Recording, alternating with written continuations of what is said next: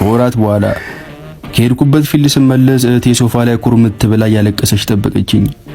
በድንጋጤ ሻንጤን ጠረጴዛ ላይ አስቀመጥኩትና ወደ ተቀመጠችበት ሄጄ ምን ነው አንዬ ምን ሆነሽ ነው አልኳት። ማልቀሷን ሳታቆም ከተመስገን ጋር እኮ ተጣላን ቺት አረገብኝ አለችኝ።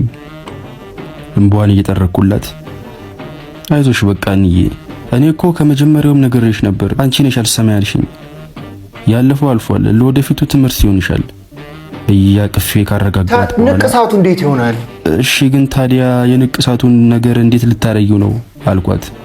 እየተቅለሰለሰች እሱን አስተካክየዋለሁ አለችኝ። ግራ በገባው ድምፅ እንዴት አልኳት። የለበሰችውን ሹራብ ሰበሰበችውና ንቅሳቱን አሳየችኝ።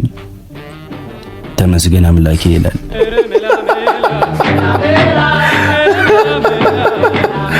ከድሮም እኮ አምላክሽ ነበር የሚሻልሽ።